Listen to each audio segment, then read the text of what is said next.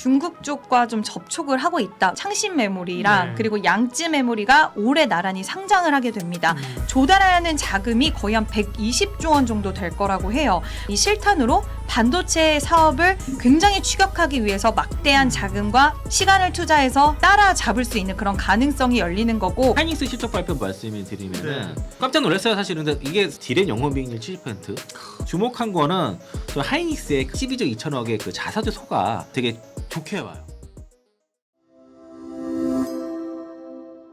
일단 하이닉스 실적 발표 먼저 말씀을 드리면은 좀 깜짝 놀랐어요 사실은. 근데 이게 세론이 나오지 않겠냐 했는데 당일 NST에서는 나오지 않았고 그 다음 날부터 조금씩 나오긴 했는데요.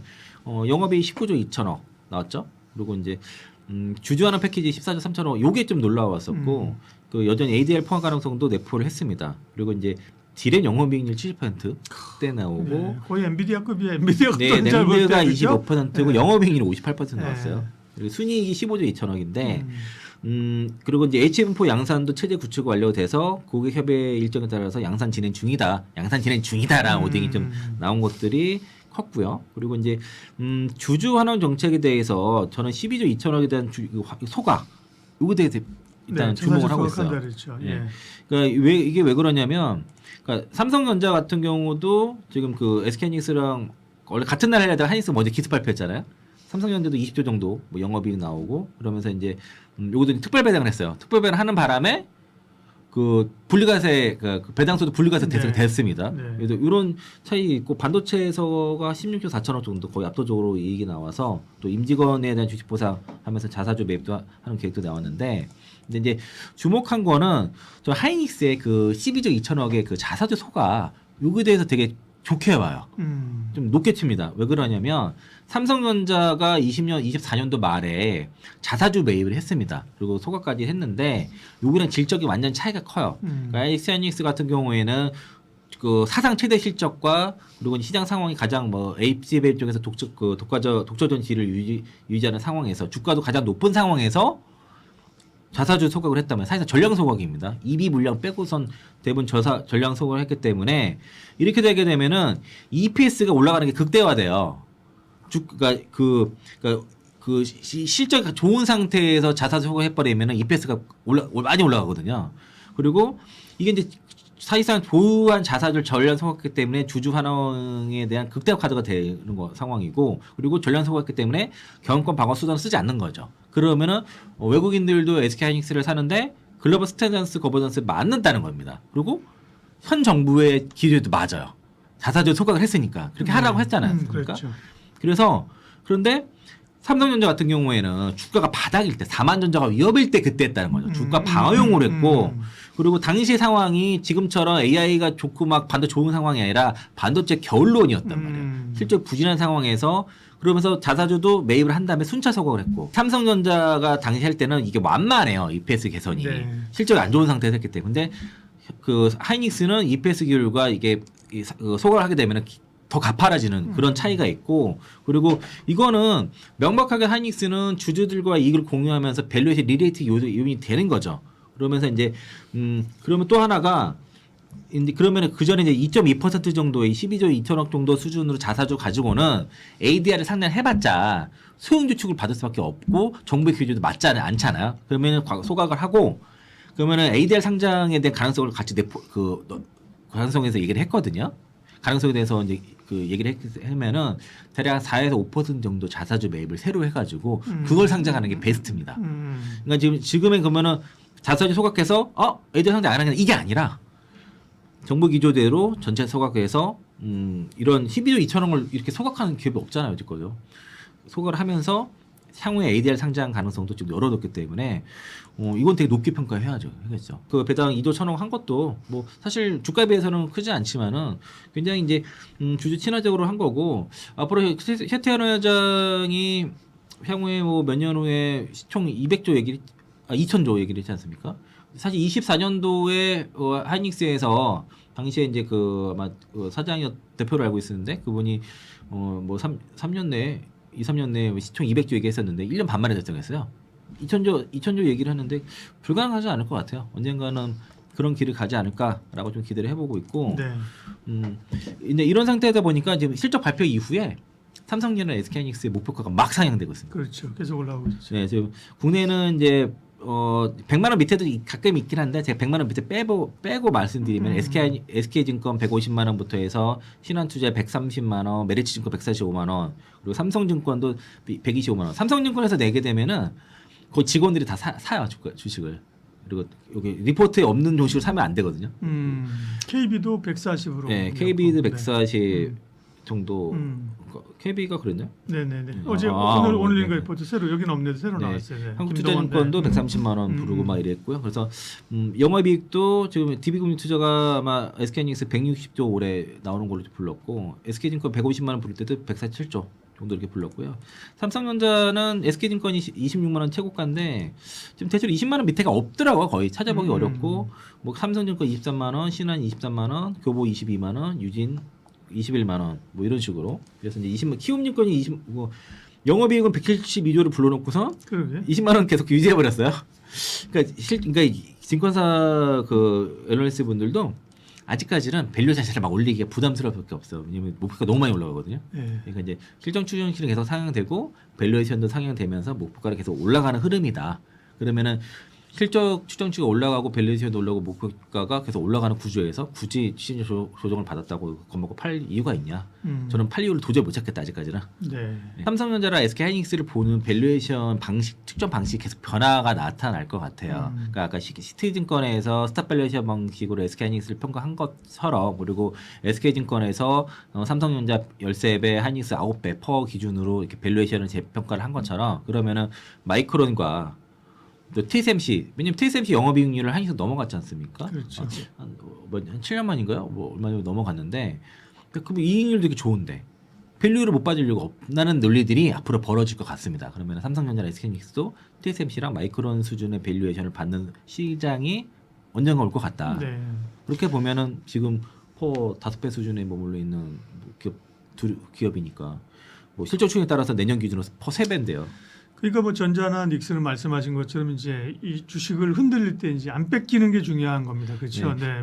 저도 자체도 포지션이 어떠냐면은 하이닉스는 좀 나름 추격했던 거예요. 그러니까 30만 원에 제가 하이닉스를 사야 된다고 했을 때 고객들이 놀랬어요. 네. 저것 좀 이랬거든요. 그게 또 빠졌습니다. 30만 원에 그리고 골드만삭스 리포트 때문에 그게 24만 원까지 빠졌었어요. 그때 더 샀고, 그리고 이제 30일, 38까지도 계속 사고, 그래서 끌고 가다가 42도 사고, 그리고 최근에 이제 50만 원, 55만 원에서도 눌렸을 때 그것도 많이 샀거든요. 그리고 제 아들도 하이닉스가 있어요. 50만 원대 초반에 그때 12월 15일 날 증여해가지고 그때 사놓은 것들이 있는데, 그래서 최근에 그래서 끌고 온 상태고, 지금은 그래서 이제 계속 그냥 안 팔고 계속 가져만 가고 뭐 이런 상태인데, 딱히 이제 이런 거 팔릴 이유가 없겠더라고요. 그래서 하이닉스는 저희가 수익 여유가 있는 거고, 삼성전자는 본주를 9만 원 정도 선 그때 따라갔거든요. 그래서 이제 다소 좀 늦게 들어간 측면이 있지만 그래도 수익률이 여유가 있어서, 그래서 이제 수익이 여유가 있으신 분들은 잘 가져가시고요. 혹시나 이게 이제 이게 그런 정말 가끔 있는데 하이닉스 140만 원 간다고 막 이래 버리니까 이거보다 신용 지르고 막 이러시는 분들 계시거든요. 그러면 안 돼. 그럼 자칫하다가 죽어요. 오늘처럼 하이닉스 8% 빠질 거라 누가 생각했어요? 그렇잖아요. 이런 일이, 그러니까 매크로 환경, 글로벌 리스크 오프 환경이 벌어졌을 때는 삼성전자 하이닉스 버틸 재간이 없는 거죠. 그러니까 그런 걸 조심해야 돼요. 지금은 그래서 2월 달은 삼성전자 하이닉스 눌리면 사시는 건 좋은데 여기서 막 신용 담보대출 이런 식으로 무리하게 레버리 쓰는 건 안 돼요.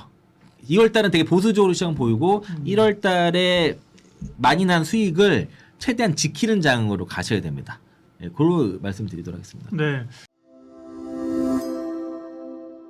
대리 이제 PC용 메모리를 중국 쪽과 좀 접촉을 하고 있다. 왜냐하면 삼성 거를 사고 싶어도 하이닉스 거 사고 싶어도 쉽게 살 수가 없으니, 줄 서 있고 살 수가 없으니, 그러면 가격도 저렴하고 살 수 있는 쪽을 한번 고개를 돌려보자. 그래서 중국 시장을 좀 접촉하고 있다는 이야기가 나와서 그 부분이 좀 불편한 부분이긴 합니다만, 일단 좀 자세하게 말씀을 드리면 중국 정부 안에서도 반도체 굵기의 상징 기업들이 있는데 많이 들어보셨을 거예요. 창신 메모리랑 네. 그리고 양쯔 메모리가 올해 나란히 상장을 하게 됩니다. 지금 창신 메모리, 창신 테크놀로지는 올해 상반기 3월에서 6월 정도를 좀 예측하고 있고요. 양쯔 메모리는 올해 안에는 상장할 것이다라고 이야기를 하는데 이 두 기업이 상장했을 때 이제 조달해야 하는 자금이 거의 한 120조 원 정도 될 거라고 해요. 그러면 이렇게 되면 이 회사들이 그 자금을 확보하고 나서 이 실탄으로 반도체 사업을 굉장히 추격하기 위해서 막대한 자금과 인력과 시간을 투자해서 좀 따라잡을 수 있는 그런 가능성이 열리는 거고, 물론 당장은 뭐 HBM 시장에서 기술력이 한 2단계, 3단계 더 늦춰져 있기 때문에 당장 따라잡을 수는 없겠지만 시장은 항상 경쟁자가 혹시라도 출현할지 모른다는 부분을 불편해합니다. 그래서 이런 부분들이 좀 발생할 수 있다라는 것과 지금 마이크론에 이어서 글로벌 D램 쪽의 업계 4위에 있는 기업이 창신 메모리인데 이 회사가 이미 갖고 있는 공장도 가동률이 거의 95% 정도 되기는 하는데 범용 D램 쪽으로 낸드 쪽으로 물량을 계속 확장을 하려고 하는 흐름들이 나와서 지금 우리나라 증시에서 SK 하이닉스, 삼성전자의 이익이 이렇게 잘 나온 부분에는 범용 D램의 역할도 상당히 좀 컸는데 네. 이 부분에 있어서 이제는 점유율이 조금은 뺏길 수도 있지 않을까라는 우려가 고개를 들 수도 있다. 그래서 당장 뭐 이것 때문에 우리가 중국 때문에 우리나라 반도체는 끝났어. 안 돼. 라고 생각하시는 부분은 아니겠지만 스물스물 올라올 수 있는 그들의 역할이 좀 걱정이 될 수는 있다. 추후에. 그래서 우리가 이런 기술적인 부분들, 아이프 일정들 이런 거 한번 체크는 해봐야 된다라고 생각을 합니다. 네. 지금 이렇게 여기서 좀 보면 이번에 창신 메모리 테크가 이제 창신 테크놀로지가 자금 조달의 75%를 생산 라인을 고도화시키고 HBM 연구 개발에 투자를 한다라고 해요. 네. 그래서 하웨이라든지 이런 자국 AI 가속기 밸류체인 결합에 좀 강화를 시킬 거다라는 이야기가 나왔는데 여기서 좀 힌트를 얻을 수 있는 부분도 있다라고 보고 있는 건 이제 하웨이나 여러 기업들이 결국에는 기술력이 그동안 원하는 반도체 칩에 대한 기술력 조달을 받을 수가 없었다라는 것을 확인할 수 있는 대목이고 75%이 막대한 자금을 여기에 투입한다라는 건 HBM 시장이 결국 계속 성장한다라고 보는 것도 하나의 해석거리로 좀 생각을 해볼 수 있을 것 같고요. 지금 양쯔 메모리 같은 경우에 낸드 쪽에 좀 강화된 그런 기업인데 앞으로 데이터 센터용 고용량 솔리드 스테이트 드라이브를 SSD. 네, SSD죠. 경쟁력을 끌어올린 데 주력을 한다라고 이야기를 하는데 그러니까 방금 말씀하신 것처럼 기술력에 대한 이런 확보 측면 그리고 기술력에 대해서 지금 확보를 해야 되는 국면도 있기는 하지만 안 됐다라는 것을 방증을 하는 움직임이기도 하기 때문에 이런 수율적인 부분이라든지 그리고 신뢰성이라든지 이런 것들을 좀 회복을 해야 되기 때문에 진입 장벽이 여전히 좀 높은 부분의 사업부는 맞는 것 같습니다. 지금 중국에서 뭐 검사 테스트하는 장비를 수출하는 기업이라던가 그리고 중국향의 이력이 있는 기업들이 있습니다. 뭐 SNS텍, 코미코, 러셀, 서플러스 글로벌, 제주반도체 이런 종목군들이 그쪽으로의 이제 옛날에 중국향으로 수주를 받았던 이력들을 갖고 있는 기업인데요.